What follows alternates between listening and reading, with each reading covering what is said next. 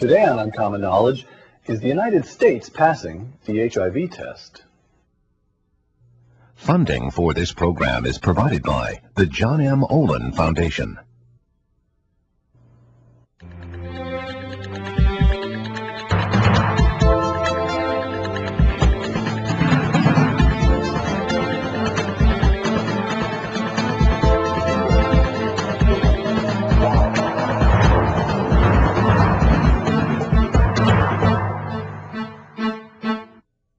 Welcome to Uncommon Knowledge. I'm Peter Robinson.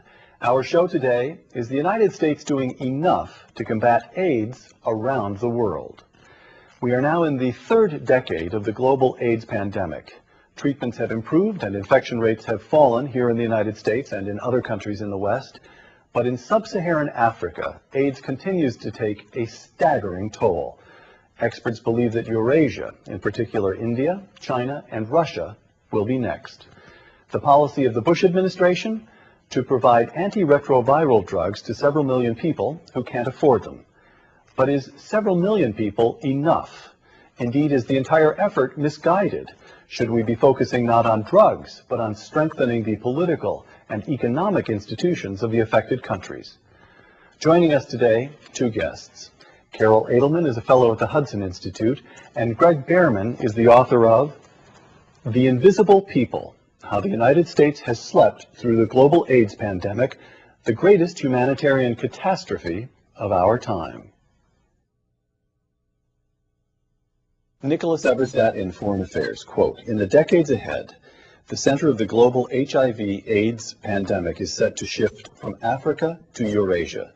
The death toll in that region's three pivotal countries, Russia, India, and China, could be staggering," close quote. Exaggeration or a calm statement of the facts? Carol? Calm statement of the facts. Highly possible. Highly possible. All right. Greg, let me begin now by quoting you to yourself. Throughout the pandemic's 20-year flight, the United States has shrunk from its strategic imperative and its moral obligation, failing at almost every turn to lead a comprehensive global response to the pandemic, close quote. What is it that would make AIDS in Nigeria or Ghana or South Africa the moral obligation of taxpayers in Indiana or Oklahoma or Texas? Well, I think this is the greatest humanitarian catastrophe of our time. I think this is sort of our Holocaust. You have, over the past 20 years, 60 million people around the world have become infected, 20 million have died. In southern Africa, every single country is either nearing or has exceeded a 20% adult infection rate. This is just decimating societies. It's going to have profound strategic, economic, security implications. I think given the human toll, given our interests, we all have a vested interest in doing a lot more. And what I found in the history is that we could have done so much at so many turns, but we failed to. Now, hold on. You've got two. I want to tease out both of these. You've got two strands of thought, right? I think. One is the notion of a moral obligation, and you said this is our Holocaust. Do you really want to say that this is our Holocaust? The Holocaust was what the Nazis did to the Jews. Right. And AIDS is just, there's a fundamental moral distinction, isn't there, that has to be made in that most people who are infected with AIDS become infected by behavior that they can avoid. Well, in a sense, I think you can think of this as a passive genocide. We were sort of letting this happen. I don't want to sort of get bogged into analogizing or in that sort of debate. I think if you just look at the objective But you opened facts, the debate. I just want to know how it's a moral obligation of some when church-going family in Kansas, right, that somebody who is sexually promiscuous, you have to say it, that's one of the primary ways in which the disease spreads. Somebody sexually promiscuous in Ghana, who in some sense ought to, or pretty easily could, know better. Why is that a moral obligation? Carol, what's your feeling about that? Wouldn't completely reject it, because I think Americans have a strong, generous, philanthropic thrust. Our humanitarianism has always had our foreign policy has always had a moral dimension. Okay. But to say to it, and I think that's an important dimension, that distinguishes us from other countries. And then the second strand is that you mentioned that it's in our vested interest. Why is it in our interest to address AIDS elsewhere in the world? Well, there's economic interests, and I think, let's take the security interest though first. Okay. Both sides of the aisle agree on this. John Kerry speaks forcefully about the potential of failed states and the security imperative. George Tenet, former CIA director, acknowledged it. Colin Powell said this is the greatest weapon of mass destruction on Earth. In the 2002 White House National Security Strategy, that document made the revolutionary assertion that for the first time, weak states pose a greater threat to our national security than strong states in the wake of the sort of collapse of Afghanistan and terrorism. Right. And Chaos tends to breed the conditions for terrorism. Exactly. Is the argument, right? Africa has been a staging ground for terrorism. It's been a site of recruitment. We saw the embassy bombings in '98. Osama bin Laden found succor in Sudan. If you ask sort of what today is making states weak, in Africa it's a combination of things, but perhaps primarily it's AIDS, which is just cutting a swath through the adult population. Now that's a different claim. Next, just what is the scope of the global AIDS problem? I'll quote you again. You're a very good place to start. Over the last 20 years, 25 million people around the globe have died of AIDS. More than 40 million people are currently infected. Reasonable estimates predict that by this decade's end, there will be 100 million or more HIV infections and 25 million AIDS orphans. Close quote. Does that sound reasonable to you? Yes. It does. All right. Now, help me to understand the distinction between HIV and AIDS. In the early days, it used to be that one led pretty directly to the other, right? So if you got HIV, that was in effect sentence of AIDS and ultimately a sentence of death, right? But now that's not the case in this country or in rich countries because of the antiretroviral. Explain this to me. Help me out here. HIV can be treated now? Absolutely, with antiretroviral drugs developed by our pharmaceutical industry.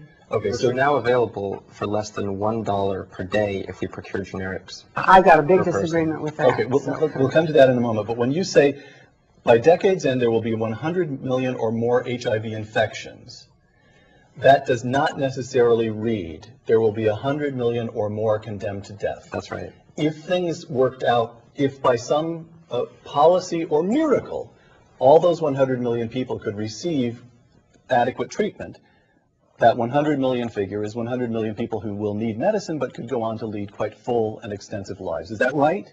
I understand that correctly? Potentially, but there's a huge gap, almost really a chasm in between what we're planning on doing and getting to your sort of ideal scenario. Right. WHO, speaking for the entire global community, including the US, their plan is to get 3 million people around the world on treatment by 2005. Now you talk about the potentiality of 100 million infections, and the leading technical agency in the world with its greatest ambition, which will be a difficult goal to meet, to get 3 million people on treatment. There's a huge gap. Carol, let me ask you to comment on this first. What I'd like to do is put up in brief summary form what President Bush has proposed, and then you may both hammer away at it and let us know where it's strong, but also where it's weak. George W. Bush, last year's State of the Union address, I quote him, "Tonight I propose the emergency plan for AIDS relief, a work of mercy," that's the argument that you accept, "a work of mercy beyond all current international efforts to help the people of Africa. I ask Congress to commit $15 billion over the next 5 years, including nearly $10 billion in new money to turn the tide against AIDS." 3 points, I'm quoting now from a White House fact sheet, but the principal points in his program. 1, to prevent 7 million new infections. 2, to treat 2 million HIV-infected people, all this in sub-Saharan Africa. And 3, to care for 10 million HIV-infected individuals and AIDS orphans. What do you make of that? It's a phenomenal plan. And what he decided to do, which is very important, is to carve out those countries where we had the highest prevalence of AIDS, to not try to just do it everywhere. Carve out those countries, and the ones that he has chosen have something like 50% of the AIDS prevalence throughout the world, and do it right. And actually be able to make a difference in those countries. You give the Bush plan unqualified support. Oh, yeah. You do? Oh, yes. Okay. Greg? I agree with absolutely everything that Carol said up until that last point. What we have in place now is a 5-year emergency plan. The goals that you outlined are good, a huge historical step up in terms of priority, in terms of funding, but not nearly enough. What we lack and what we've always lacked is a real long-term viable strategy. And that would entail working in greater concert with our international partners. It would entail a much greater degree of resources up front, a much greater concentration on capacity building in these countries so that they can deal with this problem in a sustainable fashion. Let me ask you one. On to an issue that's been debated for years now. patented drugs versus generic and copycat drugs. Point 2 of the President's plan to treat 2 million HIV-infected people. With what kinds of drugs and from whom will they be purchased? Well, our government has taken probably one of the most responsible positions on the HIV/AIDS drugs. They have said, we will procure any drugs, whether they are copy drugs made by Indian companies that steal our patents, or patented company drugs, as long as they can be shown to be safe. Now, the WHO has Shown set by up... whom? Shown by... FDA, our own? Now they're saying FDA, because what has happened is the WHO set up a pre-qualification system that has not been rigorously testing the drugs. And consequently, over the last month, the WHO has had to take off 5 of the key drugs that they have recommended as not fit for treating HIV/AIDS. So the Proves administration the is saying, wisdom of the administration in doing what they did. They're saying, we'll buy the fast-track... cheapest product that does the job. Yes. That is medically sound. Exactly. They've been saying that, but this is a relatively new development where the U.S. has now said, okay, we'll entertain generics for FDA approval. If they meet those regulatory the process approval, we'll procure them. But it took them 3 years to make that statement. They could have done it immediately, and I think that that does reflect a strong bias towards the U.S. pharmaceutical companies. Those drugs are 3 or 4 times more expensive. They always said they would buy the cheapest drugs as long as they were safe. And the Indian drug companies don't have to have their drugs approved or tested for export, and that's a scary Well, thing. they've said it, but they haven't done it. Well, they're doing it now. And this is the They're first doing- time the Congress didn't even give them the money till February. So this is the first time they've had to procure drugs. 3 years too They late, have the in my system view. in place. They didn't have the money until February, so I don't know how that can be 3 years too late. Well, It's but you're happy? It doesn't cause either one of you a little fillip of concern that the government of the United States has now committed the resources of American taxpayers to buying products produced by patent violators? Neither of you is worried about that? Correct. Do you think that if in the United States 25% of our adult population was infected with a lethal disease and we weren't getting access to life-extending drug treatment that was widely available in another part of the world, that we would not think seriously about violating patents to save our life? I mean, this is an incomparable human emergency. Societies are getting absolutely decimated. I understand the reason. There are 2 sides to the discussion, but this is an The emergency. matter is so pressing, you just have to move ahead. Absolutely. It's not even an issue. The companies have already reduced their prices to almost the same price as the copy Indian drugs. The companies have long said for the last... American, Yes, the or at American least North- companies. right, mhm. Those prices are already down to virtually the same levels. In some cases, average prices are even lower. Because of production efficiencies or because they've just been they've forced lowered in it, the marketplace? because they have said this is an international pandemic, we want to help. And the companies have said, we will allow our patents to be broken for these diseases. The danger comes, though, when the WHO, in doing what it's doing now with their Intellectual Property Commission, is trying to extend this to all of the other drugs that our companies produce. And that will bring about loss of jobs and a lowering of the economy in this country. Enough of George W. Bush. I now wave my wand, and you're the president. In fact, we make you dictator. Okay. For the purposes of this program. What would you do? How would you change his program? What is your program? I would take a step back, and instead of a 5-year emergency plan with good, laudable, but relatively arbitrary goals and a unilateral approach, I would say blank canvas. Let's devise a long-term strategy for truly curbing, if not ending, this pandemic. Who's the let's? Through what body do you do The this? U.S. as the global leader, we are doing a great job comparatively measured against other wealthy nations. We're spending about twice as much as the rest of the world combined on this issue. And that positions us to be the global leader, to convene international partners, international institutions, other countries, foundations, to actually devise a shared strategy. You know, this is a shared threat. It's a shared problem. The U.S. can't solve it alone. We shouldn't have to. Let's devise this strategy, make the resources available, have shared goals, shared approach, shared budget. Robert? Now, how do we get the African leadership to face up to their responsibilities in the AIDS crisis? Robert Goldberg, writing in National Review. Robert Goldberg of the Manhattan Institute. Uganda. He uses Uganda as a success story. reduced its HIV rates from the highest of any African nation, 14% in 1993, to the lowest, 5% in 2001. But Uganda's gains are the result of action taken by its president and religious leaders to promote abstinence and sexual fidelity among the young and to ensure that its public health activities were free of corruption, close quote. It's not a question of having the United States or the Europeans pour money into the problem. It's a question of having leaders in infected countries take responsibility for the problems themselves. I think it's absolutely true. Leadership and resources, that's the recipe. That's what's been there in places like Uganda where this has worked.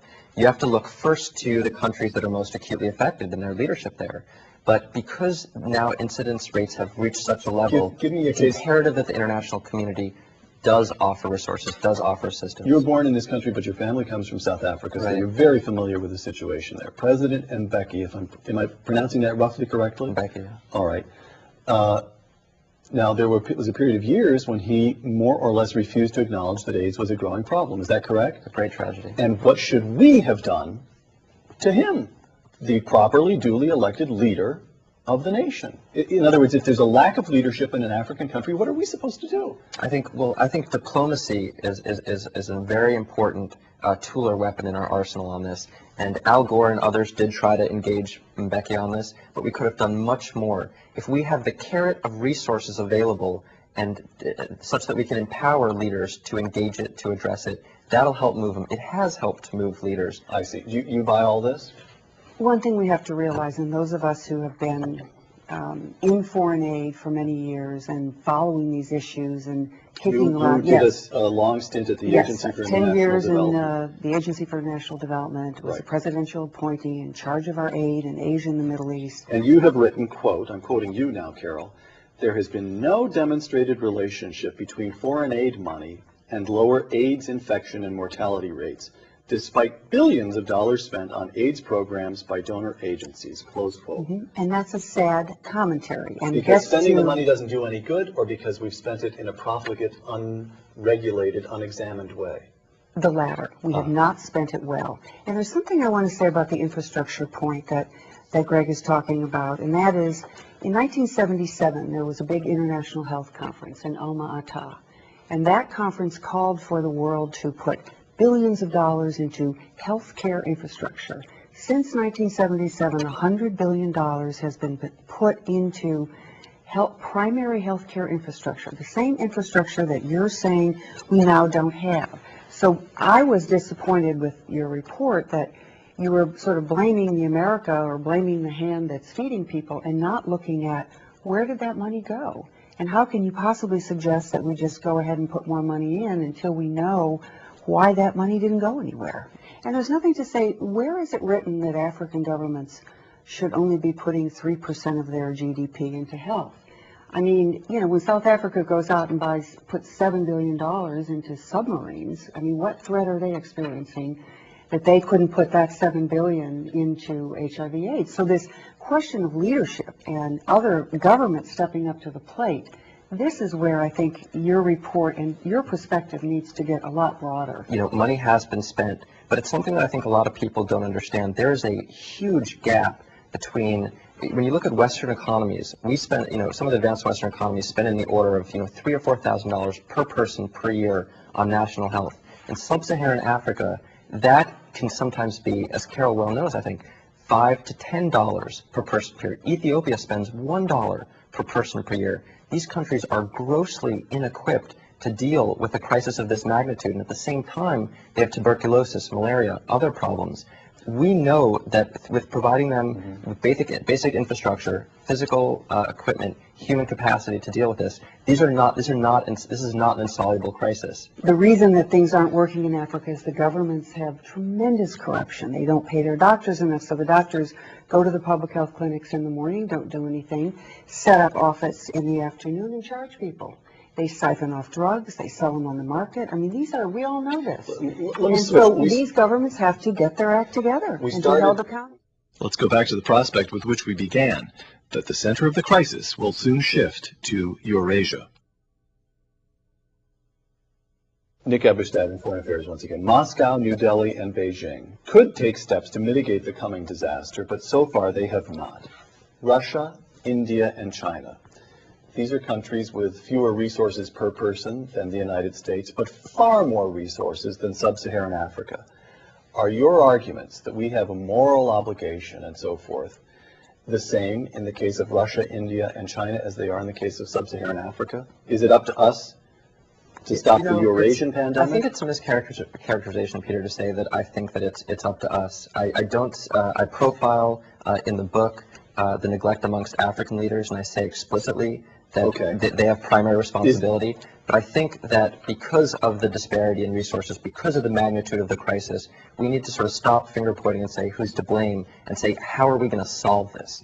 But sub-Saharan Africa really is a special case. It is a special case because of the poverty. Impoverishment. Here, I think that yes, you have to look first to leadership amongst Russian, Indian, China's national leadership. It has been abysmal. You see the same sort of vicious cycle of abdication you saw in sub-Saharan Africa. We now see it in Eurasia. I think there's a lot that we can do here diplomatically to try to help these leaders engage on this. But it's sort of a different starting point. It's just very hard to resist the feeling that these countries really ought to handle it themselves. They're great big countries with growing economies, right? Isn't that right?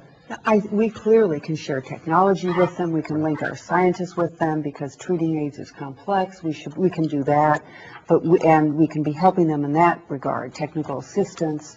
But to be thinking that we bankroll this with these countries who do have the funds to do it. Now let me ask you, if it is so clearly in their self-interest to address the problem, and I am completely persuaded by your arguments that it is, if Russia, China, and India are going to suffer huge numbers of infections, purely from the point of view of economic self-interest, you don't want that eating away at a growing economy. Why the denial? Why are these countries so backward in addressing an obvious problem? What's going on? Well, I think in the case of China, it's clearly this is lest we not forget, this is a communist government, and they don't want to have their system criticized, and they've been very careful in covering up things, just as they do with a lot of other health problems. So I see. So they cover them up from the outside world, but address them. No, they haven't been doing that They just either. don't I address think they thought, look at SARS, how long they let that simmer, and it just shows, I mean, the importance of having democracy and freedom and open press is so critical to all of these countries. It is. I'm actually most hopeful in China because of the SARS experience and how they got crushed on tourism and the economy. China does seem to be opening up a little bit more. It's still early. They're still ambivalent. But in India and Russia, it's a sort of complex of reasons, and it's the same thing that it's been in the past. It's that this still evokes notions of sexuality or behavior that people are uncomfortable dealing with. Another thing is the fundamental latency of this disease, and you alluded to it.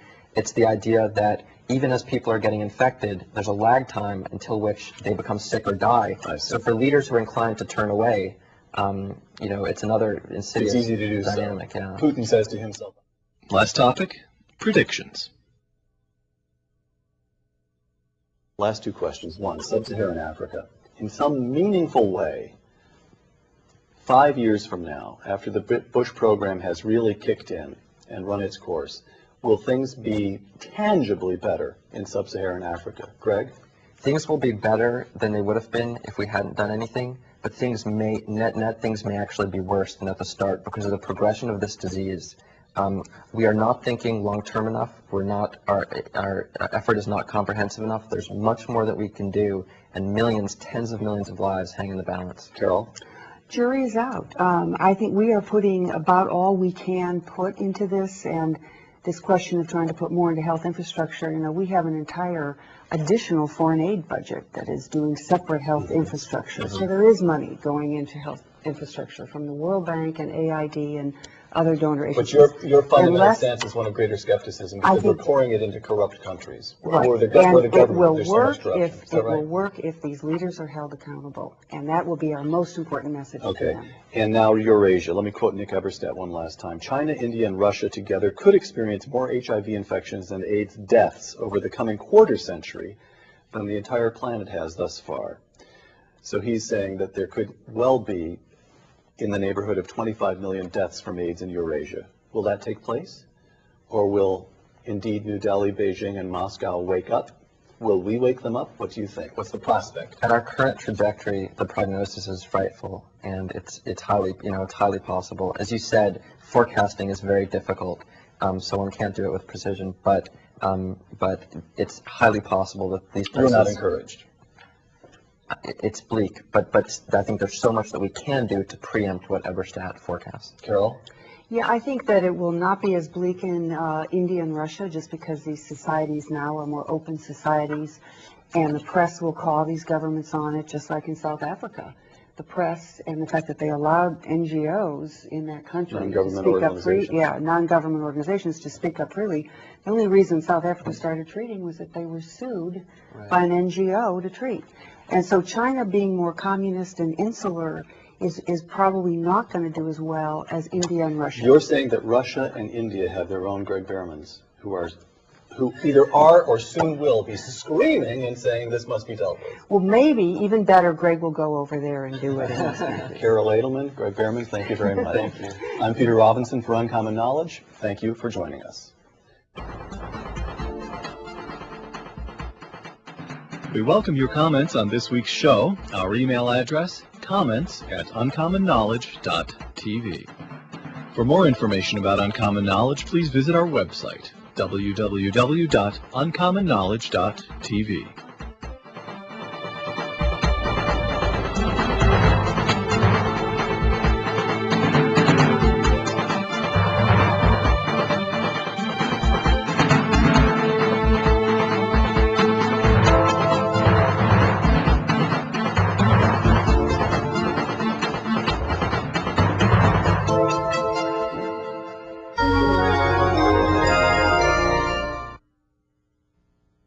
Funding for this program was provided by the John M. Olin Foundation.